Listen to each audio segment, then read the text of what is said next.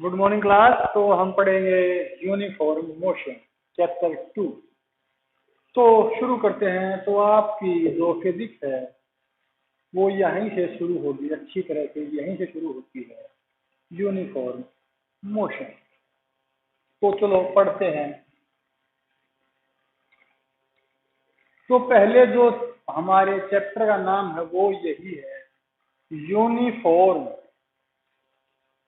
Motion.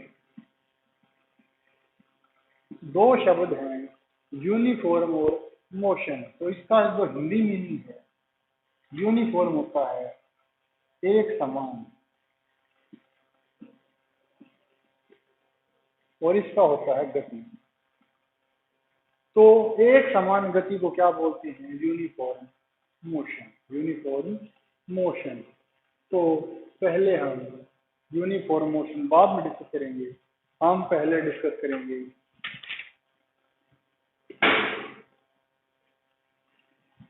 Mechanics क्या होती है। मैकेनिक्स मैकेनिक्स क्या होती है? The branch of physics which deals study of objects in motion is called mechanics. तो मैकेनिक्स मोटे तौर पर दो तरह की है, classical mechanics and quantum mechanics.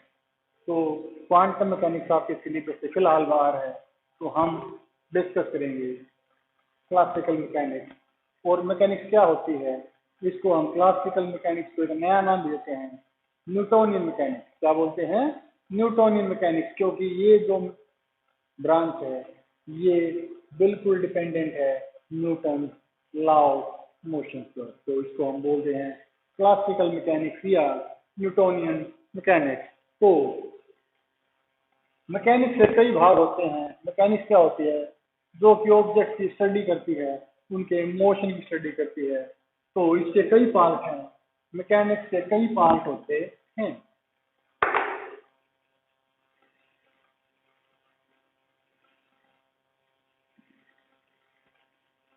Statics,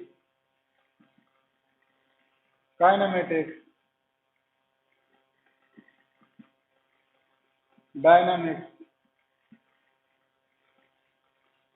thermodynamics and so on. इसके काफी सारे पार्ट हैं कि अलग अलग हैं ये। तो हम मोटे तौर पर इन तीनों को डिस्कस करेंगे। तो स्टैटिक्स क्या होती है? क्योंकि ये तीनों ही मैकेनिक्स की ब्रांच है। और मैकेनिक्स क्या होती है? जो कि मोशन की स्टडी करती है। तो मैकेनिक्स में भी defined as a branch of physics which deals study of motion of material object. तो मैकेनिक्स में भी defined as a branch of physics which deals study of motion of material object. तो इसके तीन पार्ट हैं, statics, kinematics और dynamics. तो statics क्या होता है? जैसे नाम की तरह स्टैटिक्स, फिर स्टैटिक्स में defined as a branch of mechanics, branch of mechanics which deals with the study of objects at rest। क्योंकि इसका नाम स्टैटिक्स है, तो यानी कि ऑब्जेक्ट क्या है? स्टैटिक है। तो the branch of mechanics which deals with study of object at rest. दूसरी तरफ kinematics, the branch of mechanics which deals with the study of motion without considering the facts responsible for the motion। तो हम कह सकते हैं कि mechanics क्या होती है? काइनेमेटिक्स होती है मैकेनिक्स की वह शाखा जो कि मोशन की स्टडी करती है, लेकिन वो उन फैक्टर्स की स्टडी नहीं करती है जिनको जो कि मोशन के लिए रिस्पॉन्सिबल हैं। Dynamics, the branch of mechanics which deals with the study of motion and also considering the facts or factors which are responsible for that motion। तो स्टैटिक स्टडी तो मोटे तौर पर देखिए, स्टैटिक स्टडी करती है रेस्ट में, ये करती है मोशन की स्टडी, ये भी करती है मोशन की स्टडी। लेकिन ये जो फैक्टर्स हैं, फैक्टर ऑफ मोशन, यानी कि मोशन किस वजह से हो रहा है, क्यों हो रहा है, उनको ये कंसीडर नहीं करती है, जबकि डायनामिक्स उन फैक्टर्स को भी स्टडी करती है। तो ये थी हमारी स्टेटेड डायनामिक्स, काइनेमेटिक्स। और थर्मोडायनामिक्स क्या होती है? जो गर्मी की वजह से मोशन होता है पार्टिकल्स का, उसकी स्टडी को हम बोलते हैं थर्मोडायनामिक्स। तो अब हम देखते हैं, क्योंकि हमारा चैप्टर का नाम ही है यूनिफॉर्म मोशन, और मोशन से पहले चीज आती है रेस्ट। एक होता है मोशन। तो रेस्ट क्या होता है? मान लीजिए ये बोर्ड है, मैं इस पर रोज सुबह आकर आपको पढ़ाता हूँ, मैं इसको अब जाते समय यहीं छोड़ कर जाऊंगा और ये मुझे कल यहीं मिलेगा, तो ये बोर्ड रेस्ट में। आप समझ रहे हैं मैं क्या बोल रहा हूँ? If a body, if a body does not change its position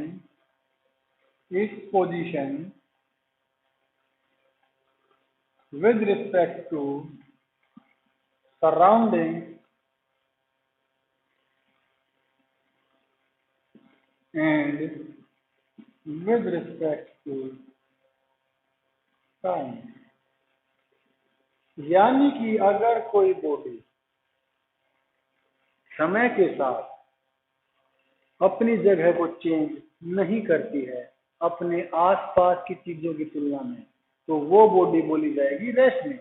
इसी तरह, अरे ये रेस्ट लिख दिया, ये रेस्ट लिख दिया भाई, ये रेस्ट है, मोशन यहाँ लिखते हैं। तो मोशन क्या होता है? If a body changes its position with respect to time or with respect to surroundings। तो अगर कोई चीज अपनी पोजीशन को समय के साथ अपने आसपास की चीजों की तुलना में बदल लेती है, तो उसे हम बोलते हैं मोशन। कैसे? मान लीजिए अब मैं यहाँ हूँ, मान लीजिए अब मैं यहाँ हूँ, तो ये मेरी पोजीशन है और मेरी सराउंडिंग है, ये लेक्चर स्टैंड मेरी सराउंडिंग है, ये बोर्ड मेरी सराउंडिंग है। तो मेरे आसपास जो कुछ हो मेरी सराउंडिंग है।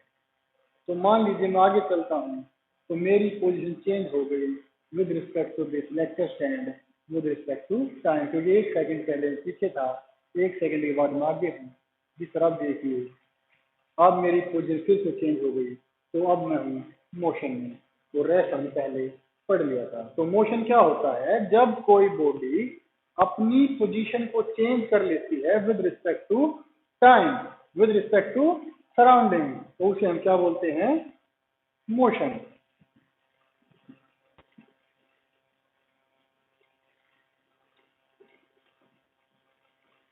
अब एक इंटरेस्टिंग टॉपिक है और वो है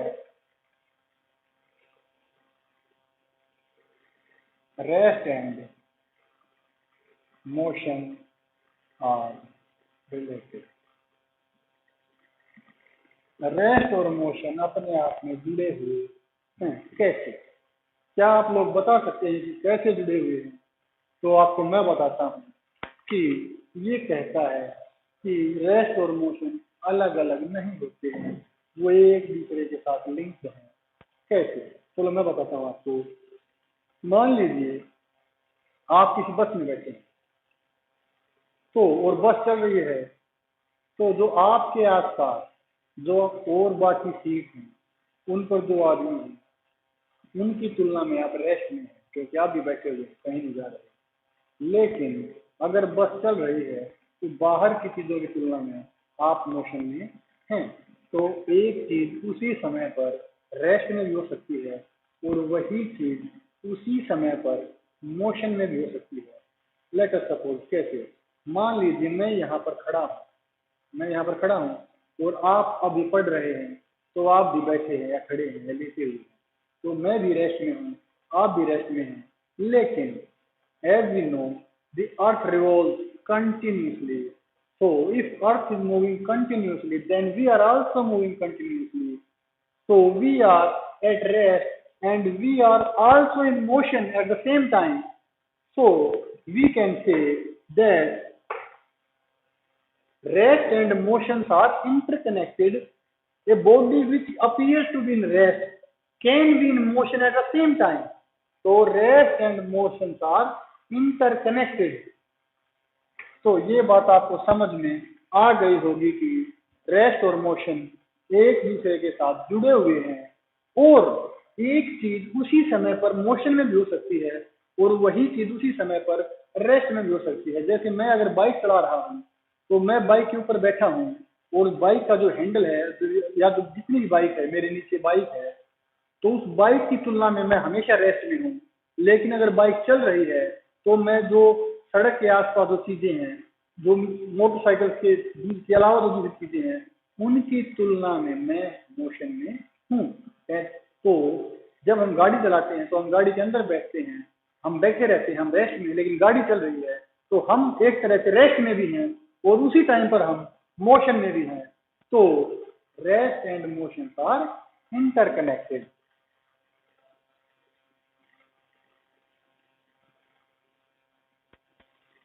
So we understand that a body can be in rest and motion at the same time. तो हम पढ़ते हैं, हमारा अगला टॉपिक है vector quantities and scalar quantities. चलो उसको पहले देखते हैं motion in one dimension, two dimension और थ्री डायमेंशन। तो देखिए, अगर मान लीजिए हम मोटे तौर पर मोशन को डिस्क्राइब करने के लिए तीन एक्सिस का प्रयोग करते हैं, एक्स एक्सिस, वाई एक्सिस, और ये जो इस तरह होता है, क्योंकि ये होता है इस तरफ, इस पॉइंट, ये ओ पॉइंट है, इस पर जो जेड एक्सिस है वो इस तरह होता है, बिल्कुल परपेंडिकुलर। लेकिन क्योंकि जो बोर्ड है वो टू डायमेंशनल है तो हम जेड को इस तरह डिनोट करते हैं, लेकिन ये यहाँ नहीं होता, ये इस तरह होता है, बिल्कुल इनके ऊपर। तो ये जेड एक्सिस है। तो एक बात आप समझिए, लेट अस कंसीडर, हमने पहले सवाल निकाले थे 10th क्लास में, ग्राफ के एक्स एक्सिस, वाई एक्सिस। तो मान लीजिए एक छोटी चींटी है और वो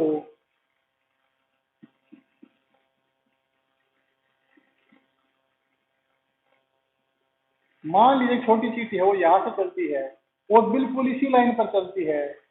तो मान लीजिए यहाँ पर है और वो यहाँ पर 5 सेकंड में आई है, तो हम उसके मोशन को आसानी से डिस्क्राइब कर सकते हैं, क्योंकि उसको डिस्क्राइब करने के लिए हमें सिर्फ और सिर्फ एक एक्सिस की जरूरत पड़ेगी, एक्स एक्सिस की। जरूरी नहीं है कि वो एक्स पर ही चल रहा हो सकता है वो इस तरफ चल रहा हो, लेकिन तब भी हमें एक ही एक्स की जरूरत पड़ेगी, वाई की, फिर हमें एक्स की जरूरत नहीं पड़ेगी। हो सकता है वो चीटी दीवार पर ऊपर की तरफ चल रही है, तो अब भी उसको मोशन को डिफाइन करने के लिए एक ही एक्सिस लगेगी। लेकिन मान लीजिए कोई चीज ऐसे करके मूव कर रही है, यहाँ पर है, वो 10 सेकंड के बाद यहाँ पर है, तो उसके मोशन को एक्सप्लेन करने के लिए हमें क्या करना पड़ेगा, हमें दो एक्सप्लेन करना पड़ेगा और हमें बताना पड़ेगा कि ये पॉइंट वाई एक्सिस से, तो हम कह सकते हैं कि ये ऑब्जेक्ट अभी वाई एक्सिस से वाई एक्सिस से 4 मीटर दूर और एक्स एक्सिस पर 5 मीटर दूर है। तो अगर किसी मोशन को डिस्क्राइब करने के लिए हमें दो एक्सिस का यूज करना पड़े, दो कोऑर्डिनेट्स चाहिए, तो हम उसे बोलेंगे टू डायमेंशनल मोशन। अब मान लीजिए कि ये एक्स एक्सिस, ये वाई एक्सिस और ये यहाँ पर है जेड एक्सिस, और यहाँ पर एक मक्खी उड़ रही है। मान लीजिए ये एक मक्खी है और ये यहाँ पर उड़ रही है, तो ये हम इससे इतनी दूर है इससे इतनी दूर है और z एक्सिस पर कितनी दूर है। तो अब इस तरह के मोशन को डिफाइन करने के लिए हमें 3 एक्सिस जरूरत पड़ेगी, तब हम इसको बोलेंगे, क्या बोलेंगे, 3 डायमेंशनल मोशन। तो 1 डायमेंशनल मोशन क्या होता है? वो मोशन जिसको एक्सप्लेन करने के लिए सिर्फ और सिर्फ एक ही डायमेंशन या एक ही कोऑर्डिनेट जरूरत पड़े, वो 1 डायमेंशनल मोशन है। अगर किसी मोशन को एक्सप्लेन करने के लिए 2 कोऑर्डिनेट या 2 एक्सिस यूज करना पड़ रहा है, तो वह 2 डायमेंशनल मोशन है। अगर किसी मोशन को एक्सप्लेन करने के लिए 3 कोऑर्डिनेट का या 3 एक्सिस का प्रयोग हो रहा है, तो उसे हम बोलेंगे 3 dimensional motion.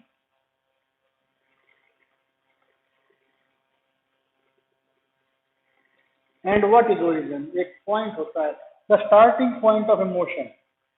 The starting point of A motion is called its origin. तो किसी भी मोशन का जो स्टार्टिंग पॉइंट है उसे हम बोलते हैं ओरिजिन। ओ ओरिजिन। अब हम देखेंगे कि स्केलर और वेक्टर क्वांटिटी कौन सी होती हैं। हमने पहले पढ़ा था फिजिकल क्वांटिटीज कौन सी होती हैं, वे क्वांटिटी जिनको मेजर कर सकते हैं फिजिकल क्वांटिटीज होती हैं। इसी तरह हमारे पास वेक्टर और स्केलर क्वांटिटीज हैं।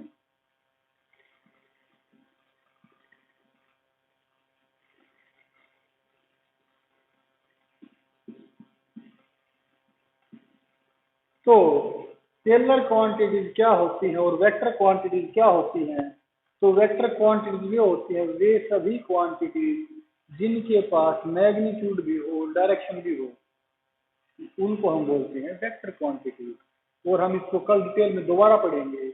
और स्केलर क्वांटिटीज कौन सी होती हैं? स्केलर क्वांटिटीज वो क्वांटिटीज होती हैं जिनके पास सिर्फ मैग्नीट्यूड होता है और कोई भी डायरेक्शन नहीं होती। जैसे मैं आपको एग्जांपल देता हूँ, 20 kilometre per hour, 20 kilometre per hour, ये एक स्केलर क्वांटिटी है क्योंकि सिर्फ हमें पता है 20 किलोमीटर पर आवर, हमारे पास इसका मैग्नीट्यूड है।